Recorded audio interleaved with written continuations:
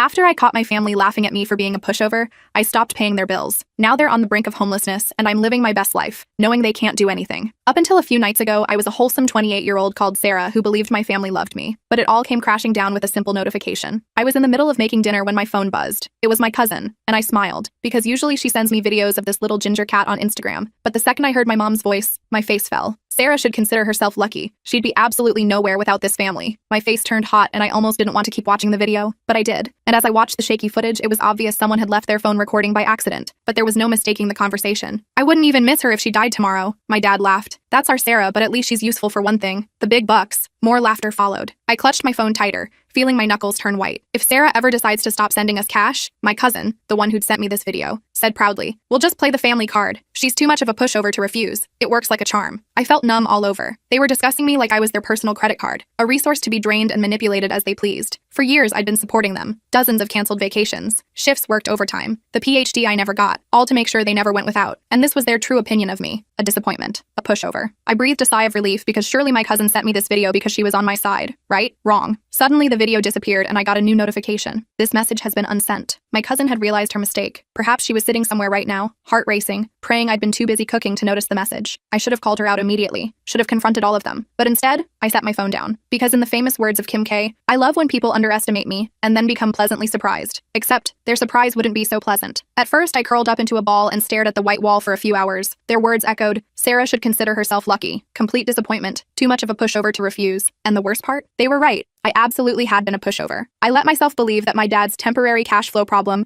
somehow lasted 5 years and resulted in me paying his mortgage for all 5 of those years. My brother's college expenses, which he abandoned after 2 semesters, leaving me with the debt. My mom's constant emergencies that mysteriously aligned with my paydays. The family vacations I funded but couldn't attend because I was working extra shifts to cover their expenses. I'd always done it without question because that's what family does, right? But that single video destroyed every illusion I'd carefully constructed to make myself feel better about being used. And now I had the upper hand because they thought they'd gotten away with it. And their next payment was due in a few days. But this time, things would be different. The following morning, everything felt off. The sunlight filtering through my blinds was the same. My coffee tasted normal, but I felt like I was watching my life from a distance. It was as if I'd been living in a hazy dream and had suddenly woken up to reality. My phone buzzed with a text from my mom. "Morning, honey. Just checking in. Hope you're well." I stared at her message. Too normal. She never texted just to check in. Had I really never noticed this pattern before? Sure enough, minutes later. "Oh, by the way, rent's due soon. Can you transfer it by Thursday? Love you, BTW." There it was, the familiar pattern, but I wasn't playing along anymore. The "love you" at the end felt especially hollow now, just another manipulation tactic. Muscle memory kicked in, and I started to type my usual, "of course," or "no problem" response, maybe even apologize for taking too long. But instead, I deleted everything and simply replied, "I can't this month." I set my phone down and waited, heart pounding in my chest. 4 simple words that I'd never dared to say before. 1 minute passed, then 2 more. "What do you mean you can't?" I could sense her frustration through the screen. I'd never refused before, not once in all these years. I didn't respond right away. I savored my coffee, letting her stew in uncertainty. More messages came flooding in. "Sarah, this is serious. We're counting on you. You know we don't have other options right now." Then my cousin chimed in. "Hey girl, your mom's freaking out. Everything okay?" I nearly laughed. Is everything okay? Everything was perfect, because I decided I deserved to take my life back. I took a deep breath and replied, "I have some unexpected expenses this month. Can't send anything." Followed by a shrug emoji. No lengthy explanation. No apology. The silence that followed told me everything I needed to know. For the first time in years, I'd said no, and they didn't know how to respond. My mom was obviously struggling to find the perfect manipulation tactic, but I, for one, wasn't having that problem. I knew exactly how I was going to get her. I knew all I had to do was play the long game. Finally, her response arrived. "Sarah, what do you mean unexpected expenses? What could possibly be more important than your family?" There was the guilt trip, their favorite strategy. I didn't reply. I set my phone down and went to make more coffee, giving her time to spiral further. Less than a minute later. "You know your brother can't cover rent on his own? If he gets evicted, that's on you." The brother card. Classic. They always knew exactly which buttons to push. But this time, something had changed within me. I felt nothing but a cold clarity. Then, "We raised you, Sarah. We took care of you when you had nothing. Is this how you repay us?" My jaw clenched as I gripped my phone tighter. When I had nothing, I never had their support. I put myself through college, working nights while studying days. I worked multiple jobs to escape their household. The moment I started earning decent money, they latched onto me like parasites. I had nothing because they took everything. They had rewritten history to make themselves the heroes of a story that never happened. My phone buzzed again. "Sarah, sweetie, don't do this. We're family. Your mom's just upset. You know how she gets. Just send the rent money and everything will be fine." Everything will be fine? For who? For them? While I continued to sacrifice my future, I set my phone down, my heart racing. I needed to breathe. I went to the kitchen, poured water, and stared at the wall clock. I could feel something shifting inside me. For years, I'd feared this moment, scared they'd hate me, abandon me if I ever stopped paying. But now I knew the truth. They never loved me. They loved what I provided, and now they'd show their true colors. Buzz. I picked up my phone with steady hands. A message from my dad. Sarah, I don't know what's gotten into you, but this is completely unacceptable. You're being selfish. This family needs you, and you're acting like some entitled brat. Grow up and do the right thing. There it was, the final mask slipping. No more fake sweetness or pretend concern, just demands. The facade had crumbled faster than I expected. As I stared at his words, another notification appeared, a voice message from my cousin. My hands trembled as I hesitated, thumb hovering over the play button. Something told me this would change everything. For a long moment, I just stared at that little play icon. My heart pounded. My cousin never sent voice messages. She typically delivered her passive-aggressive comments via text, with just enough artificial sweetness to trigger my guilt. Slowly, I pressed play. Her voice came through, sharp and irritated. Sarah, listen. I don't know what kind of game you think you're playing, but this isn't funny. Your mother is losing her mind. Your dad is furious, and honestly, I don't blame them. You've always been, well, a little ungrateful. But this is beyond selfish. My stomach tightened, but I forced myself to keep listening. You have a decent job, don't you? You make more than any of us. You don't even need that money. Meanwhile, your family is struggling. And what? You just wake up one day and decide you don't care anymore? A bitter laugh. You owe them, Sarah, after everything they've done for you, after all the sacrifices they made. They gave you life, and now you're just going to walk away, pretend they don't exist? What kind of daughter does that? She exhaled sharply, and I thought she was finished. But then, you know what? Her tone darkened. If you really want to be that kind of person, fine. But don't expect them to forgive you. Don't expect to come crawling back when you realize how much you need them. Because once you cross this line, there's no coming back. The message ended. Silence. I sat with my thumb hovering over the replay button. My ears rang and my hands felt numb. The audacity was almost impressive. Not a single word of concern for me, just anger that their financial support system was threatening to collapse. I should have felt scared or panicked. I should have been scrambling to fix things and apologize. But instead, I felt calm. More than calm, I felt liberated. She had just confirmed everything. They didn't love me. They didn't respect me. They didn't even see me as a person. I was just their ATM. And the moment I stopped dispensing cash, I became nothing to them. Well, maybe it was time to become nothing. My phone buzzed again with a message from my mom. Last chance, Sarah. Send the rent. I stared at the message for a long time. No, I love you. No, we're worried about you. Just a demand, naked and unadorned with any pretense of affection. Then, without hesitation, I blocked her. I blocked my dad. I blocked my cousin. Just like that, for the first time in years, I was free. Or so I thought, because the next day, my brother showed up at my door. The knock came at an ungodly hour, when the sun was barely peeking over the horizon. For a moment, I considered ignoring it. Maybe it was a neighbor or an early package delivery. Anything but what I knew it actually was. Another knock followed, louder and more insistent. The kind of knock that said the person wasn't going anywhere until they got what they wanted. I took a deep breath, braced myself, and opened the door. There stood my brother, his face contorted between anger and desperation. His clothes were wrinkled as if he'd slept in them. His eyes were bloodshot and wild. Are you serious, Sarah? His voice cut like a knife. What the hell is wrong with you? I kept my expression neutral. Good morning to you too. He scoffed, running fingers through his disheveled hair. Don't do that. Don't act like this isn't a big deal. You blocked everyone. Mom's freaking out. Dad's losing his mind. You're just, what? Cutting us off? Pretending we don't exist? I crossed my arms and leaned against the doorframe. I don't know, Tyler. Maybe I just got tired of being treated like an ATM. His jaw tightened. Oh my God. Not this again. Not this again? I laughed bitterly. I've been paying your rent for years. I've covered your utilities, your groceries,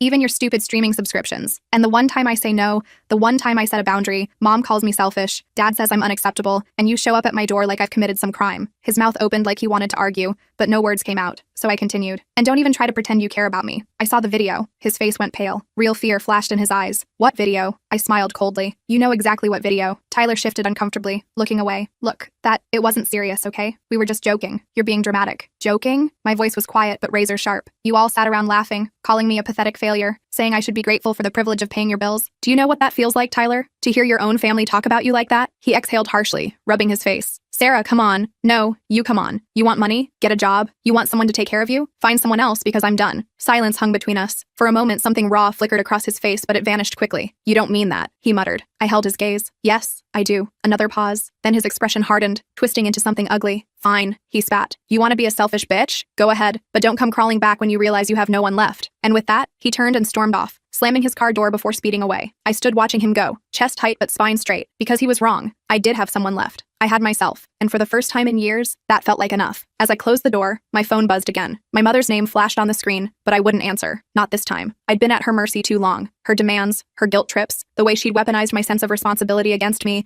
manipulating me into surrendering everything just to keep her from falling apart. Not anymore. I turned my phone face down and walked away. The truth was, I was done being their financial safety net, done with the lies and manipulation. They'd never once asked how I was doing or considered the toll it took on me to constantly bear their burdens. I'd carried their weight for years. My mother's, my father's, my brother's, all all while they acted like I owed them for simply existing, like my life was just one endless repayment plan for their supposed sacrifices. No one had ever asked what I needed. No one had ever truly cared about me. Now I was taking control. The next morning, as I sat in my living room, the silence felt heavy. The weight of my decision was settling in, but there was no regret, just a strange sense of unfamiliarity. I'd spent so long catering to their needs that I hardly remembered what it felt like to put myself first. Then my doorbell rang. Tyler again. I could tell by the impatient, demanding knock. I opened the door slowly, keeping my expression neutral. "Sarah," he began, his usual arrogance gone, replaced by something almost pleading. "You need to listen to me." I didn't invite him in. I stood firmly in the doorway, arms crossed. "I don't need to listen to anything you have to say." He blinked, taken aback. "No, you don't understand. Mom's freaking out. Dad keeps calling me, asking what's going on. They don't know how to fix this. You've cut everyone off. You can't just leave us hanging like this." I scoffed. "Oh, I'm sorry. Did you think I was going to keep enabling you? Keep paying your rent and bills while pretending everything was fine? No, Tyler. I'm done being the family bank account. I don't care how much any of you beg." Anger flashed in his eyes. "You're acting like we've never done anything for you, like we're all just users." I didn't flinch. "I know exactly what I've been to all of you. A cash machine, a free ride, and I'm done with it." His face contorted. "You can't just leave us hanging. You owe us, Sarah." The words stung, but they didn't break me. They only strengthened my resolve. I'd been waiting to hear those exact words, the naked truth finally spoken aloud. "I owe you? I've given you everything. I paid for your apartment, your groceries, your bills, while you sat back and watched me do it. And you want to talk about owing?" His fists clenched. "You'll regret this. You'll regret cutting us off." I couldn't help but laugh. "No, Tyler. You'll regret it, because I'm not the one who needs you anymore." Without waiting for his response, I slammed the door in his face. I could hear him swearing on the other side, but I didn't care. For the first time, his anger didn't scare me into compliance. It felt good, but I knew the drama wasn't over. This was just the beginning. They wouldn't let go easily, not when they had so much to lose. That night, my phone buzzed with a text from my dad. "We raised you, Sarah. Don't think you can just walk away from everything we've done for you. You're making a huge mistake. Come back. We'll talk. We'll fix this." I could almost hear the desperation beneath his commanding tone, the panic of someone watching their safety net disappear. I sat for a moment, phone in hand, considering what to do next. I could have ignored it. I could have blocked him too, but I had a better idea. I wasn't just going to block them. I was going to make them confront every lie, every moment they'd taken me for granted. Starting now. I went to my desk and opened my laptop. It was time to send them a message they'd never forget. I stared at my computer screen, fingers hovering over the keyboard. I wasn't going to let them waltz back into my life as if nothing had happened. I was done being their punching bag. This time, I was taking control. I gathered all my financial records, every payment I'd made for their bills, every bank transfer, every check I'd written to cover their emergencies, every time I'd canceled plans for myself because they needed me financially. Years of receipts, years of sacrifice, years of being drained dry while they took and took and took. I realized as I scrolled through these records that I could have bought a house by now, could have traveled the world, could have invested in my future. Instead, I'd invested in theirs, and they hadn't even had the decency to pretend to be grateful. I drafted an email with a note at the top. "Here's a detailed summary of everything I've done for you over the years. I'm done being your lifeline. I won't be your ATM anymore, and I refuse to let you make me feel guilty for choosing myself. Consider this my final statement. You don't owe me money, but you owe yourself the realization of how much I've sacrificed because I thought family was supposed to support each other, not drain each other dry." I attached all the receipts, all the bills, all the payments, every single transaction that proved how much I'd given and how little I'd received in return. I wanted them to see the numbers in black and white. I wanted them to face the magnitude of what they'd taken from me. Then I hit send, but I wasn't finished. I logged into the family group chat where they'd kept me on edge with their endless demands. I scrolled through years of messages, reading all the times they'd guilted me into helping them, all the family emergency messages that were really just normal expenses they expected me to cover, all the times they'd praised me publicly while privately draining my accounts. Then I did something unprecedented. I replied, "You all talk about what you've done for me, but you've forgotten how much I've given up for you. Here's the reality check. You never needed me. You just used me. I'm done. This is my last message. Don't contact me again." I sent it. The silence afterward felt almost sweet. I leaned back, letting the weight of my decision wash over me. For once, no calls, no guilt trips, no pretending they had any power over me. They could keep their manipulations and empty promises. I was free. Free to live my life, to save for my own future, to put myself first for once. Free from constantly checking my phone, wondering what financial crisis awaited me next. Just as I thought it was over, I received one final message from Tyler. "You're making a mistake, Sarah. You'll regret this. Family sticks together." I smiled to myself. He was trying to get under my skin, but it wouldn't work anymore. The threat was hollow. They had no power over me except what I gave them, and I was taking it all back. I didn't need them. I had my life, my freedom, and that was enough. I had dreams and goals I'd put on hold for far too long. Now I could finally pursue them without guilt, without interruption, without constantly emptying my pockets to fill theirs. It wasn't the dramatic confrontation I'd imagined. It was quieter, more deliberate, and infinitely more satisfying.